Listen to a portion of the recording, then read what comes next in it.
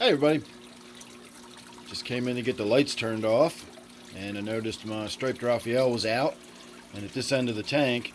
So I did manage to get a few of the lights on the other side of the room turned off, and that will reduce the amount of glare we've got, and hopefully as we get a little closer we'll get a little better look at my big fat Striped Raphael here.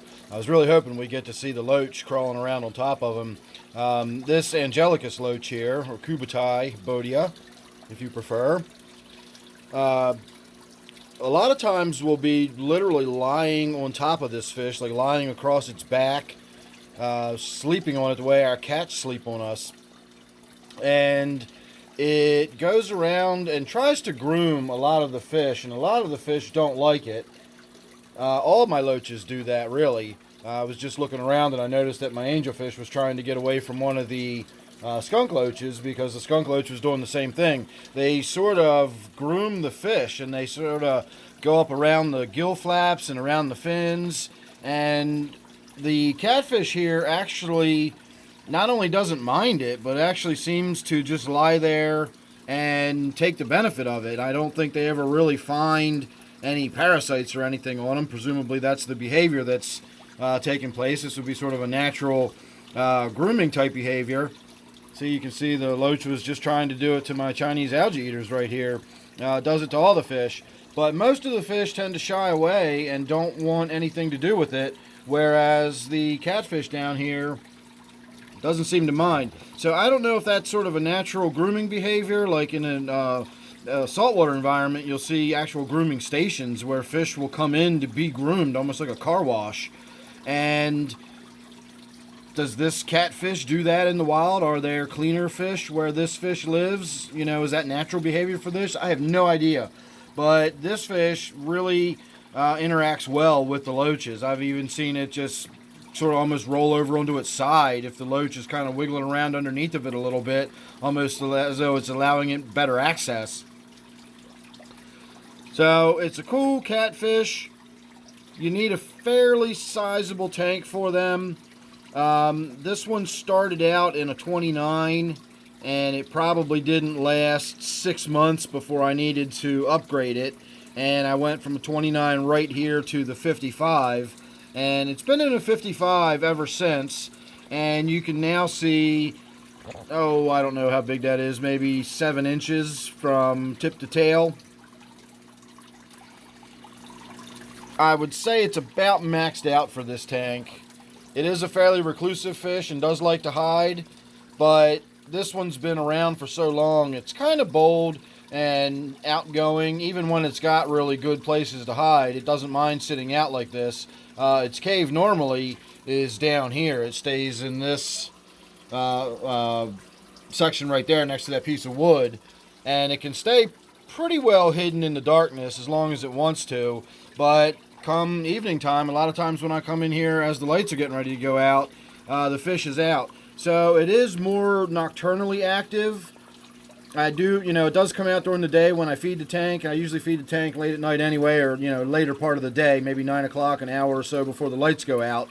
And he'll come out then a lot of times and cruise around looking for the food that gets to the bottom, especially if I drop in something good like shrimp pellets or something like that. But normally, I think it comes out at night and cruises the tank, and this kind of indicates to me that it's more of a timed thing, or at least as much of a timed thing as it is the actual darkness itself, because it's getting about time for the lights to go out. In fact, I normally have them turned out by now. I'm running about 20 minutes late, so his internal clock is probably telling him it should be dark already, and he should be out swimming around. So, again, I don't think it's strictly the amount of light in the tank that indicates that it's time for this one to come out. There must be some sort of internal timing mechanism, because often when I come down right at lights out time, he's coming out and about. So, not a super active fish, as you can see. I'm really surprised it sat here and let me ramble on about it for this long. It normally doesn't stick around when I come out and start shouting at it like this.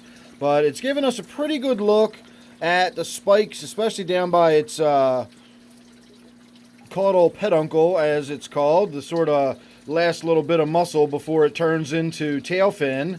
And you can see right where the loach's face is right now, or well, right when I said that, you can see those little jagged spikes sticking out. Those really are jagged spikes, as I've mentioned before. Those will be very coarse if you run your hand backwards in the wrong direction on this fish. And of course, as I've mentioned in other videos, the dorsal and pectoral fins on this fish are also not only very, very sharp and spiky, they're needle-like on the ends, but they do actually have a mild venom on them. And if you actually get stuck by one of these catfish, or actually most catfish, even Corydoras, if you get stuck by their dorsal or pectoral fins, it's a very, very painful little stick. It's a lot worse than you would think from just what would appear to be a little pinprick, from a pointy fish bone, but it feels closer to a bee sting from the toxins that are in there. So you definitely want to be careful whenever you're handling any kind of catfish. Not all of them are toxic like that, and not all of them have that venom, but most catfish do, believe it or not. So even little Corydoras, and then of course this Platydoras, I guess it's still classified as a Platydoras, even these guys will envenomate you if you get stuck by those three fins. As far as I know, the rough spiky stuff, you can see how that loach is actually lifting him up off the substrate. That's crazy. No, he's going to wiggle out from the other side. Love it. So as far as I know, the spiky sort of defensive spikes you see down the length of the side are not envenomated, or not, they don't contain venom, I guess I should say. It's only the dorsal and pectoral fins that you have to worry about getting stuck like that. So that's about it. I was kind of hoping he'd swim around or do something interesting. Instead, we got to watch him lie there and do absolutely nothing at all, while the loach kind of stole the show there. I don't know whether this video is going to be more about the loach or more about the catfish. The catfish is a fairly reclusive fish, and it's not really active when it does come out. The loach is completely the opposite of that. The loach is a really, really active fish, a lot of fun. I definitely recommend people getting loaches for their tank. They're great fish, and I'm sure as you've sat here listening to me rambling all this time, you've rather enjoyed watching that loach swim around doing his thing. I know I have. So there you go, everybody. I'm going to wrap that one up and say thanks for watching. Hope you enjoyed all that.